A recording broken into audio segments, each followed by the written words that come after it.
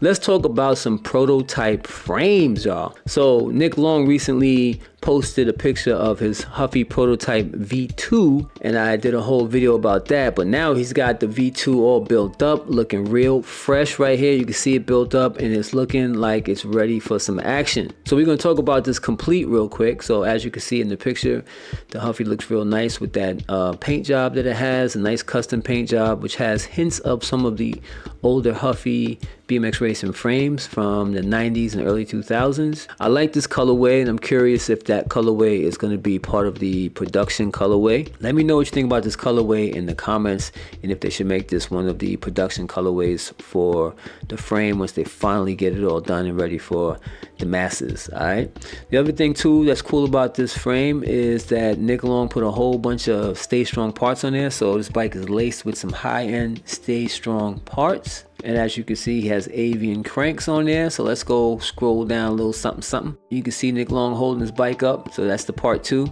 Part 1 was when he was just holding the frame up. Now part 2 is when he's holding up the complete bike, because everybody's like, well, what's it gonna look like complete? The bottom bracket looks kind of low and it's a Huffy, you know. The Keyboard Warrior Crusade, they went in when I posted the frame. They had all kind of speculations and all kind of hate and all kind of stuff, man, but this bike looks solid build up. So stop the hating, y'all. All right, so Nick Long says, here she is, my first new bike in over 2 years, and my first ever Huffy, built up with as many Stay Strong components as possible, including a wheel set, sprocket, bar stem, disc brake set, grip, seat post, and seat post clamp. All that stuff is Stay Strong parts. He goes on to say, as always, only a Shadow Conspiracy half-link race chain, and of course the best skids on the market, the Odyssey Super Circuit 210 tires. He said, thank you to these amazing brands who helped with this incredible build. Up next, Nick is going to be challenging his base sprint times on this brand new bike, so be on the lookout for that on Nick Long's Instagram page. As we scroll down a little bit more here on sugarcane.com,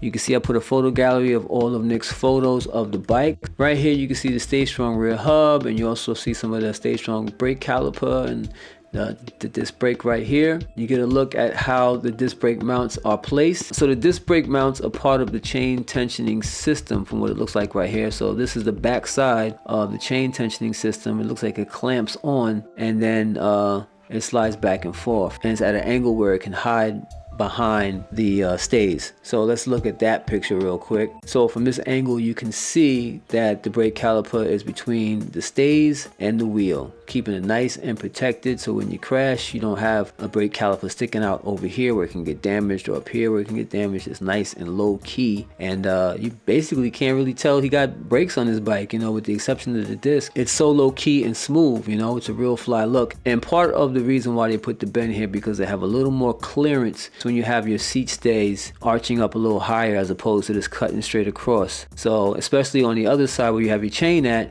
now you have more clearance for your chain as well when you do that. So there's that. Also, here is the front side of the chain tensioning system, the internal chain tensioning system, which looks really cool. I like the way this looks, and hopefully they have some aftermarket colors you can get for that, like, you know, blue, red, orange, you know, get different anodized colors. That'll be really dope. But yeah, I'm digging this. And you know, Huffy was an innovator when it came to this chain tensioning system. I'm not sure who came first with it, but I do know back in 1999 when they had the Huffy Enigma, they had this type of system, and a few of today's high-end brands are actually using a system similar to that, where you have the dial right here internally where it adjusts your positioning of your wheel. So you can't hate on Huffy for that.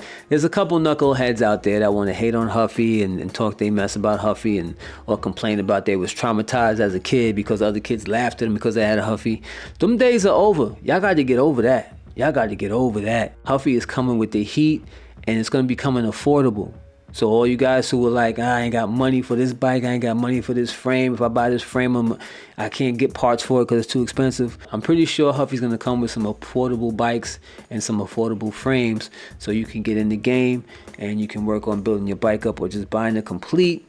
You know, of course, the parts will be starter parts, but it'll be a way for you to get in and make it happen. And hopefully they do the Pro XL and Double XL sizes when they do finally come out with their bikes. Aftermarket frames that are extra long and double extra and triple extra long, that's cool and all, but a lot of people just want to get all the parts at once and then work on changing things as they go. A lot of the bigger sizes aren't available as completes. So really just Mongoose, DK, GT's out of here, so GT ain't doing that no more. And then you have Chase. So I think those are like the 3 companies statewide that has those options. So you have the half-link chain on here, you got the avian cranks. I also like the little added touch of the Huffy right here in the bend. You get a different angle of the chain tensioning system, so you see actually it looks like it's all one piece that slides through, and they'll have different sizes for that. You know, the 10 millimeter, the 15 millimeter, and the 20 millimeter. Most likely you have a whole new piece that you would put in there for those different size axles. Looking at the front end, you got the Stay Strong bars, and in this shot right here you can see that carbon Stay Strong rims and those Odyssey tires right there. This bike also has carbon avian forks. You got the carbon Stay Strong rims, and you have the Odyssey tires. Get a good look at that right there, looking real fresh. And that's pretty much it. So next up, I'm looking forward to see Carly Kane's bike built up. If I get that, I'll do another video to update you guys on Carly Kane's bike, because she has a really dope paint job on her bike. So I want to see that one built up, and I'll definitely do another video for that. But I got another prototype to talk about. There's a whole other prototype that we can talk about right now. So the next one is the Carbon Chase Act 2.0 frame. They got the prototype bike built up in this photo, and it has some really cool features to it that is different from any Chase that I've ever seen. So let's check this out. They have a whole new dropout system on this prototype right here, which is different than the other Chase Carbon Act frames. They pretty much had a standard way they did their dropouts in the previous models, but now they changed the whole thing up. So in the Act Point 2, Chase went with a simple yet effective design. Of course, the dropout is enclosed. You have a tensioning screw here and a tightening screw here. That's what it looks like. So you get to tension it out right there, and you get to tighten it so it doesn't move. And you also have this enclosed dropout, which looks like it has 1.5 inches or more adjustment area, so you can put your back wheel in the spot that you really want to put it at. So if your bike is feeling a little long, there's a whole lot of room to play with down there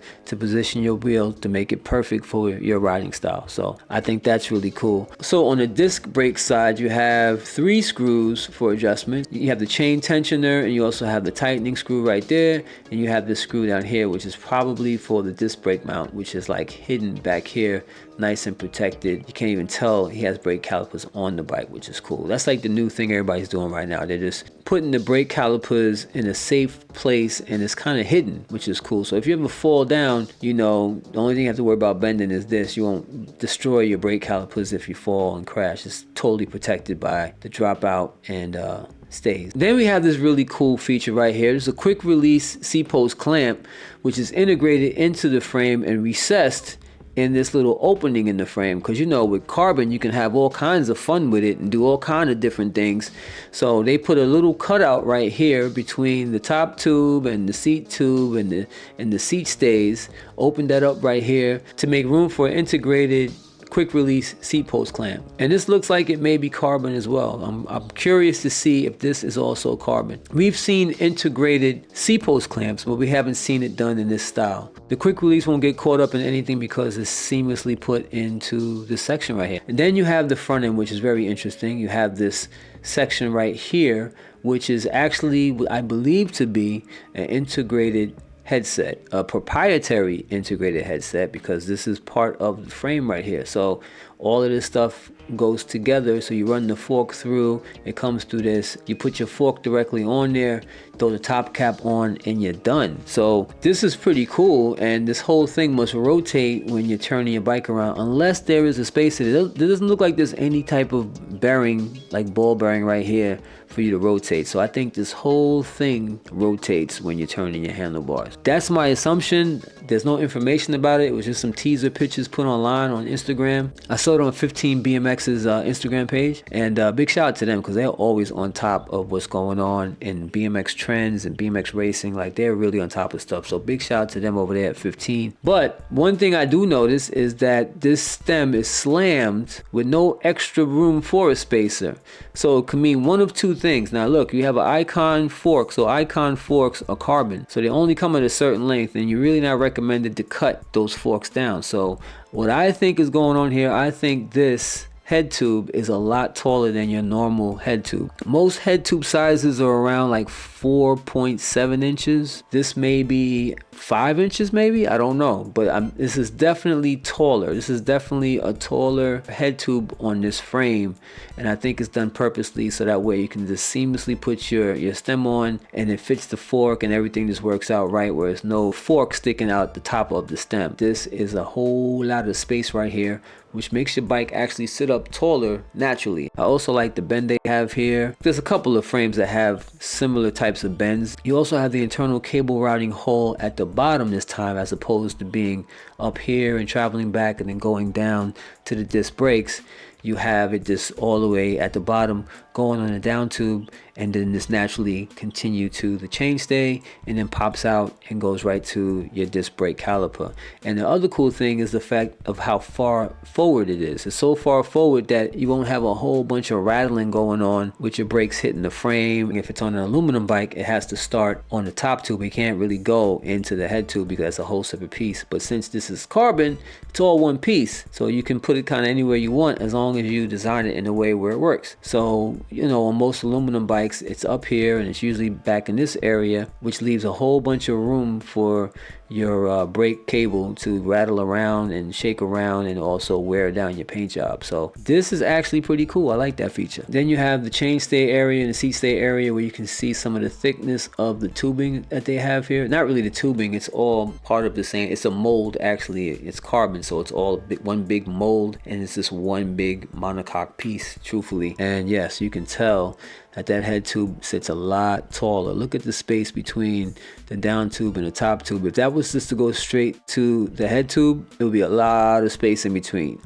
So yeah, this is definitely a taller head tube. So as of this taping, I don't have any information about the prototype. This is all from what I'm just seeing from the pictures, but I'm pretty sure soon we'll be hearing about that. So the way to keep up with Chase is check out Chase's Instagram page or BMX Racing Group's Instagram page to keep up with that. All right, y'all, so that is it. Two really dope prototype frames from two different spectrums of BMX. You have the high end, high price, and then you also have the high end, lower price frame. Both frames can get you to the podium. The rest is really on you. It's just a personal choice, whether it be geometry or whether it be tubing. You know, if you prefer to have carbon or aluminum, you got that choice. I'm a fan of brands coming in, making BMX racing frames, supporting the scene as best as they can for however long or short as they do, because it just adds to the fun, adds to the options, and I'm not mad at that. So what do you guys think about these two frames? In the comments below, definitely let me know. Like, subscribe, all that good stuff. It's crazy how can.com, CACTV, and I'm out. Back to you, Billy.